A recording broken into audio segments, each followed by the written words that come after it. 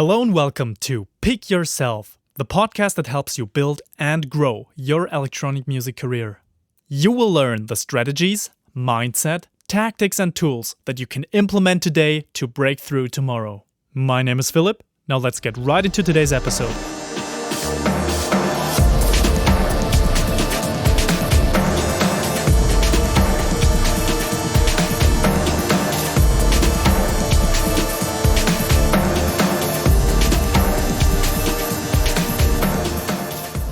Welcome to episode number 9 of the Pick Yourself podcast. I am super stoked to have you here with me again. And this show, if you didn't know, it airs every Tuesday, every week. So I really committed to this, to putting out regular episodes, simply because I think you will get the most out of it if you have the possibility to learn and grow every single week. And it's actually quite hard to do this podcasting thing and also to write the blog posts, to upload it, to create all the visuals and so on. It's a shitload of work. And if you want to support the show, the best way to do this is to actually subscribe to my mailing list on pickyourselfpodcast.com. So you can download a free PDF there. You can sign up for the mailing list. Whatever it is, I would love to be in touch with you on a regular basis. And the other thing you can do is to just subscribe to the show on your favorite podcast app. So if you're listening to this right now on your phone, just pull it out and whatever you use, it's available on all the big podcast apps and stores. So you can get it at Apple Podcasts, at Google Podcasts, Stitcher, Spotify. So just choose your weapon and then subscribe to the show. And I would be super stoked to have a regular following here with the show, because this podcast will remain a free resource forever. So I promise to never charge for the podcast, to not put a paywall in front of it. It will remain free for you, and therefore it would just feel extremely rewarding for me to have you somehow connected to me, whether it's via email, whether it's by subscribing to the show, whatever feels good to you. But now let's get to the topic of this episode, and it's called 5 Ways to Earn Money as an Artist While Building Your Career. So what was my motivation behind creating this episode? Well, I'm fully aware that only very few people are actually already making a living full-time from their music. So I think it's important to be pragmatic and to be realistic with the topic of money and to talk about ways how you can, on the one hand, earn enough to make a living, and on the other hand, grow your artist career in a meaningful way that is somehow related to what you're earning your money with. Because those two things influence each other maybe more than you think. So most upcoming artists have some kind of side hustle or even a full-time job to sustain themselves while they're still trying to build their career. And in this episode, I will first of all talk about the typical side hustles that I see people taking on. And then I'm going to show you 5 smart ways to earn money as an artist that will influence your career positively. So let's get started. What's the problem with typical side hustles of upcoming artists? So if we're completely honest, nobody likes to be the starving artist. Even if here in Berlin the city prides itself on being poor but sexy, nobody enjoys eating cheap junk food every day and, well, just to be able to pay the bills. You have to make some sort of money as an artist, whether you like it or not, and since your music career probably hasn't taken off yet, you need a side hustle to keep you stay afloat. So what are some of the typical side jobs of upcoming artists? What I see is mostly they work at a bar or coffee shop, they have some random boring office job, or even worse, the call center of doom is how I call it, if you work in a call center. Food delivery services like Deliveroo, Foodora, something like that, or driving Uber or taxi. And just to get one thing out of the way first, I don't think there's anything wrong with you taking on these jobs that I just mentioned. And if you even enjoy doing them, then that's completely fine and please keep on doing it. So you can take this episode as an inspiration to open up your mind to other possibilities on how to integrate your life even more, your musical life and your other life where you probably have to earn money. And also, please don't be insulted if I mention some of the negative downsides of the jobs that I've just mentioned. But first, let's talk about some of the upsides of these jobs. So some of them actually can pay quite well. If you work in a high-class cafe, bar, restaurant, that's a really good job to have. If you have maybe a boring office job that comes with a big paycheck, then that also helps you sustain your artist career. And some of the other jobs, they offer you a good amount of flexibility. So driving Uber, for example, or the whole food delivery thing, you can pretty much organize the way you work in something that fits with your schedule as an artist. But the big question here is, do these jobs actually also help your music career in any way? And I have to answer this question with a clear no. I mean, even if you're probably training your social skills at a bar or coffee shop, that might help you a little bit, but usually the people who take on these kinds of jobs, they are not socially awkward or shy to begin with, so they don't really need to train social skills. And moreover, you often have to work weekend shifts, which might interfere with the gigs you have, and it can also be very exhausting physically. And let's come to the example of a boring office job or call center job. That can seriously drain your mental capacity. So these types of jobs, they can be true creativity killers that make you want to do nothing but switch on Netflix after coming home from work. And talking about food delivery or being a taxi or Uber driver, that also comes with a lot of stress level. So even if it offers more flexibility, I don't really think that it actually benefits your music career in any way. And that's the big issue when we talk about opportunity cost. So the job that helps you pay your bills still costs valuable time and mental or physical or other resources that could be invested elsewhere in order to be more beneficial for what's really important to you, which is your music career and growing your artist portfolio. So what can you do instead? And this is where I'm going to show you 5 ways to earn money as an artist that won't interfere with your music career, but actually support it in a really good way. So I have really good news for you. As an artist, you possess very valuable skills that are in high demand. You're creative, you're maybe musically trained or technically savvy, and most importantly, you're a self-starter who enjoys taking on new challenges, and I think that is absolutely crucial these days. So in my opinion, there's no reason to be bound to the typical side jobs. I think you can find something that really values your talent and your potential. So what are some of the qualities you should look for if you're looking for a new side hustle that is more beneficial to your music career? I think the best ways to earn money as an artist have at least one of the following qualities. They offer you maximum flexibility in hours and schedule. You can make use of your talents and skills. Or the job helps you grow and build a certain new skill. And you can grow your professional network and build meaningful relationships with important people in the industry. And the more of these qualities you can combine in one job, the better it is. So now let's get into the 5 smart ways of earning money as an artist. Smart side hustle number 1 is teaching. So you're probably playing an instrument really well, or you are an Ableton Live genius, something like that. So I'm sure you've built some important skill that others would enjoy learning from you. These skills are in high demand, and the great advantage of teaching is that by structuring content, you start to understand certain things way deeper than before. And I also do this, and I have made really great experiences with it. So on the one hand, I give a studio masterclass lecture at DBS Berlin, which is a music production school here in Berlin. And I also do one-on-one coaching with the clients I work with. So we work on specific things that they want to improve in their music productions or in mixing or whatever it is. And that helps me get way, way deeper and a way better understanding of what's out there and possibilities.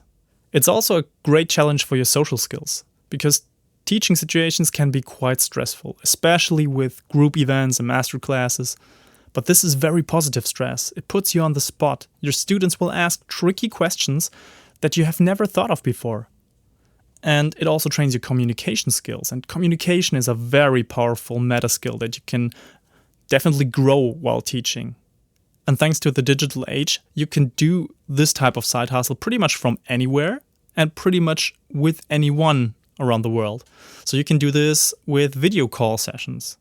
So I have clients for my one-on-one coachings that come from the other side of the planet. We just have to find a time slot that works for both of us.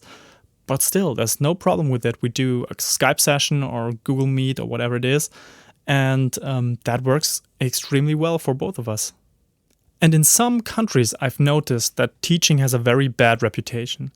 I have no idea why that is, because there are different types of teaching. There's like traditional education, which I also have my problems with.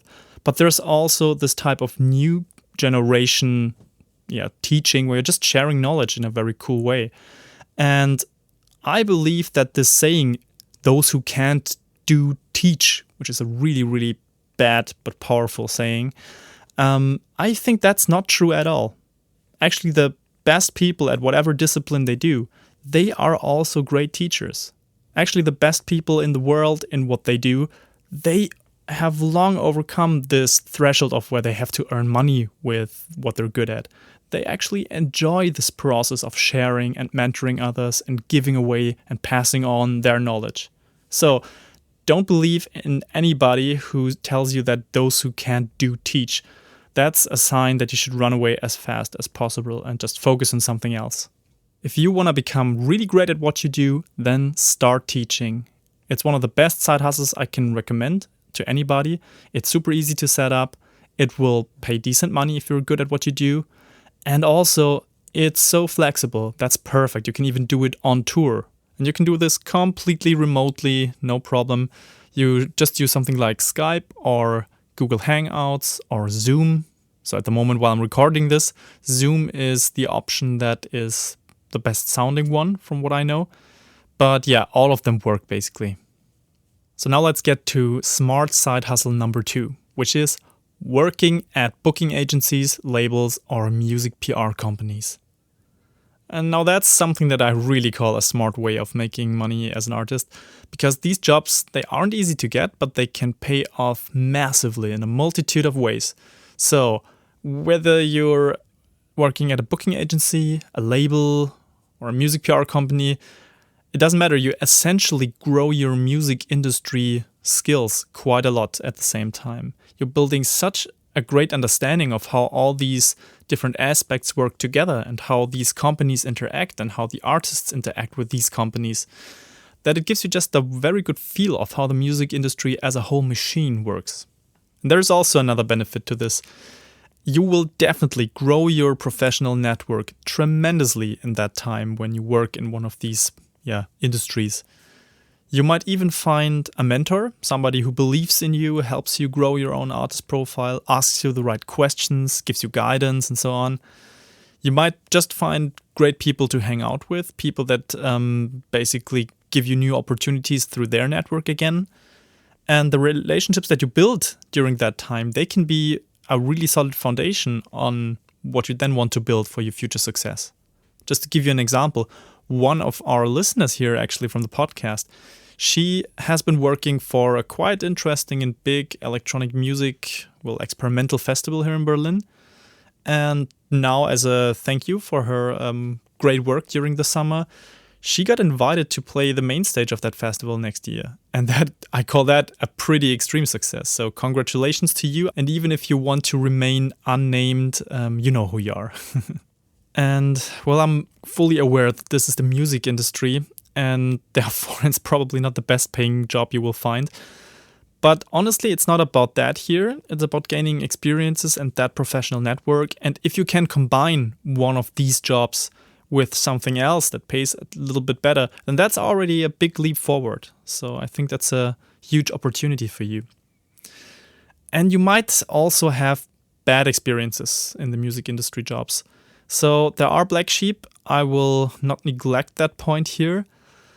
But to be honest with you, even these types of experiences are somehow valuable to your career, because that helps you look out for the right type of people. You can assess it later on and find out what went wrong and why did it go so wrong.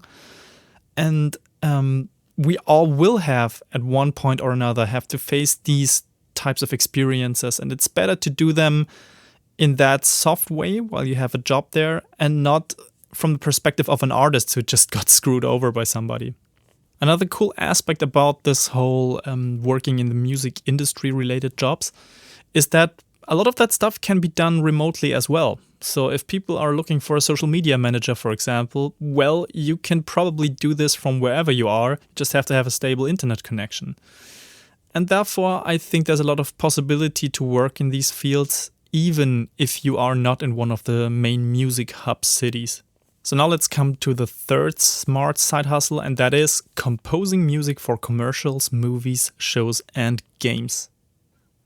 So the thing that we're talking here is called sync licensing. And that's a business that offers very cool opportunities for upcoming artists, because the ad industry, the gaming industry, and the film business, they are constantly looking for fresh and unique sounds.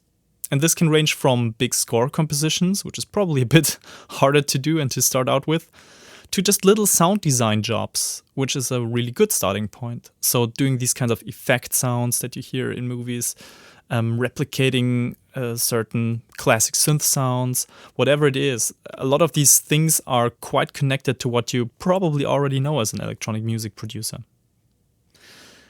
And yes, it's hard. Getting your first jobs there won't be easy.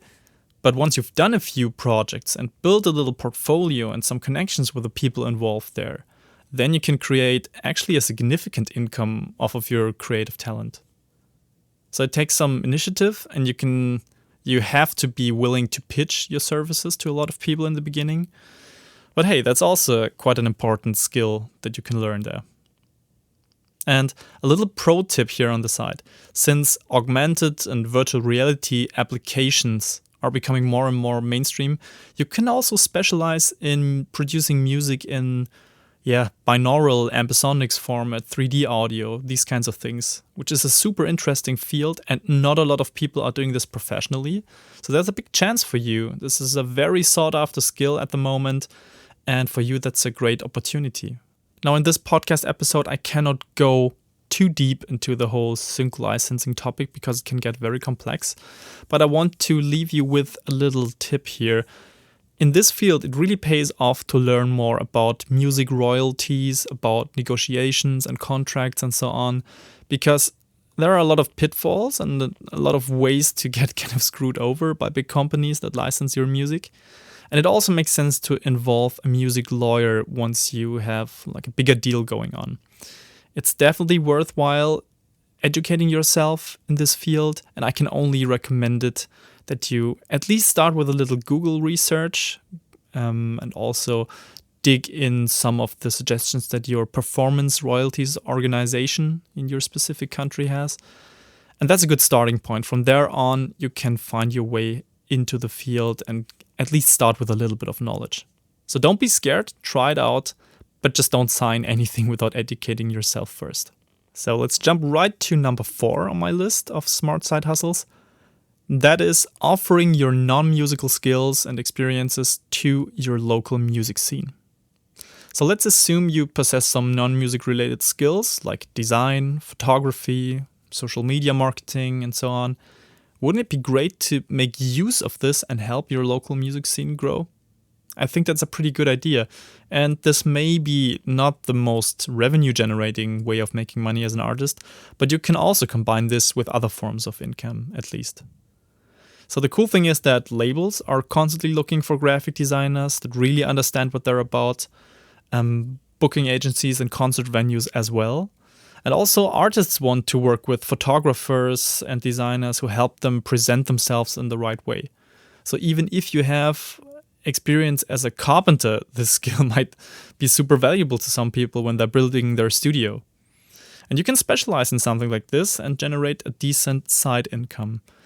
And the benefits are incredible. I mean, you get to work with potentially super interesting people that will help you on something else. And you can also do things like trading service, because it's not only about earning money on the one hand, it's also about saving money on the other side. So let's say you have the possibility to trade skills. That is something super cool. So you, for example, get a gig at a pretty cool venue, and therefore you help this venue get the posters redesigned or something like that. And let's say you have woodworking skills and somebody wants to rebuild their studio. Yeah, I mean, that is something that you can trade for, let's say, studio lessons of that person if they're super knowledgeable and can share a lot of things with you. So you just have to be creative with these things and think about what can you bring to the table. Some people even need help like writing their own artist bio, and it's easier if somebody else does it for them. So think about that, come up with ideas and how you can be of value to the local music scene. And well, potentially that is something that you can even monetize. And now, the fifth and final smart side hustle that you can use to grow your music career is to work in your favorite local electronic music club. And I know that's a bit tricky, and I'm also a bit cautious of recommending this. I've mentioned at the beginning that I'm not a big fan of that typical work at bar job, but there's an exception. If you have the opportunity to do this in your favorite club, then it might be an option. There are more jobs, of course, not only behind the bar, from guest list management to artist care to booking assistant to cleaning, which is probably not your favorite choice, I know. But if you want to take this path, I suggest you try to find a position that offers a good chance of regular interaction with the bookers, the resident DJs, and other core members of that club. And only then a side hustle like this can help you grow your career. If you only stand behind the bar and have basically no interaction with the others, then I don't know if that's the best use of your time. But usually, even if you do something like this, you end up finding your way into the inner circles of the club, and that can be a pretty good starting point for you. If they find out that you have producer skills, that you're a pretty good DJ, whatever you do, then that's a potential opportunity to get into that club's booking list also, to play some openings, to play some closings, and from there on go deeper and deeper into the whole scene.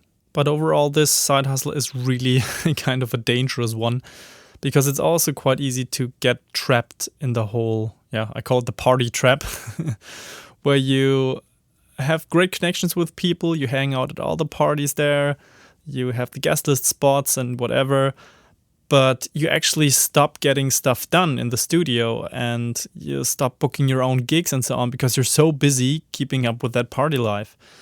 And I don't know what type of personality you are. It might be easier to some and more difficult to others, but you really have to restrict that a little bit and save enough time to actually work on music and actually build something that is more meaningful than just a beautiful night out. And I will stop with that now so I don't sound too much like your parents.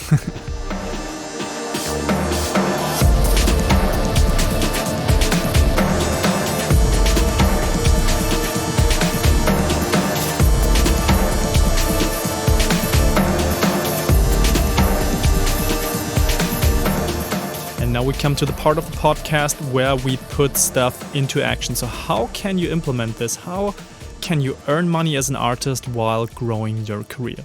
And as usual, I will give you 3 action steps that you can take away with you and start implementing.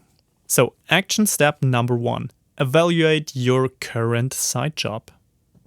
So does it leave you with enough time to really grow your music career, to really get things done? Is it flexible enough to support a busy touring schedule? And what are the implications for your health? Like physically and mentally, is your job fulfilling you or is it crushing you?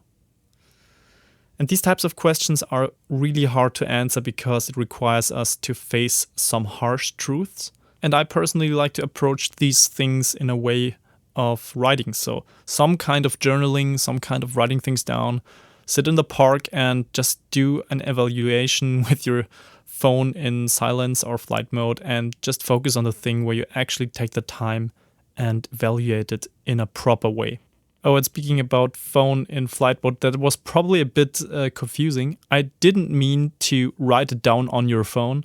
I meant like actually handwriting. That's the thing that works best in my experience. So put your phone away, and if it's away, also put it in flight mode, and then take out some piece of paper and actually write it down there. It's just way more powerful. I have no idea why that is, but for some reason, it's just, a different connection to yourself. And then you can move on to action step number 2, which is you list all your talents, your skills, and your opportunities that you could monetize theoretically. So what creative or technical skills could you teach others, for example? What non-music related skills do you offer that you can bring to your local music scene or online? which labels, booking agencies, music PR companies, and clubs might benefit from your skills. And then see if composing music for commercials, movies, shows, or games is an option for you.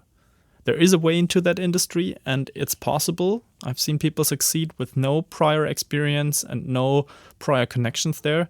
You just have to build it and grow it, as pretty much everything in life. And the final action step, number 3, is plan and execute your transition.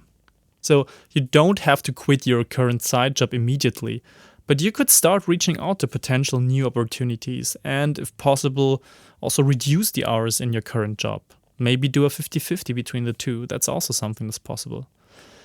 And the way of doing things like this is you offer free test projects to earn people's trust and to try as much value as you can to begin with, and money will automatically follow then. So if you want to have these kinds of special music industry related jobs, then obviously it makes sense to let people test you out and see what you can actually bring to the table.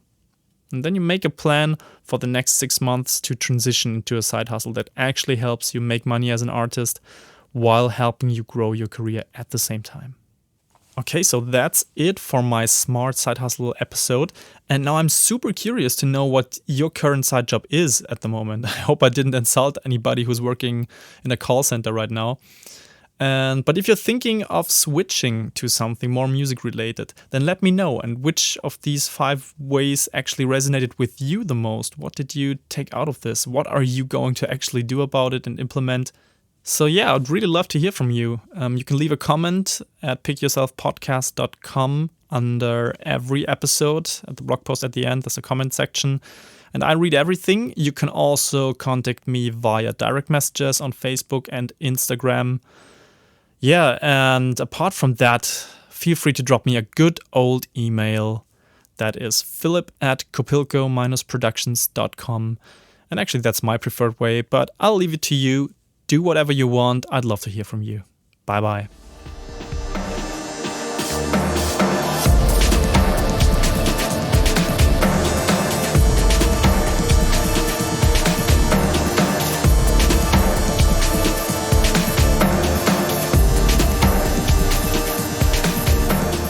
If you have enjoyed this episode, please make sure to subscribe to the show on your favorite podcast app. And you can find show notes to this episode in form of a detailed blog post at pickyourselfpodcast.com. Until then, see you next time.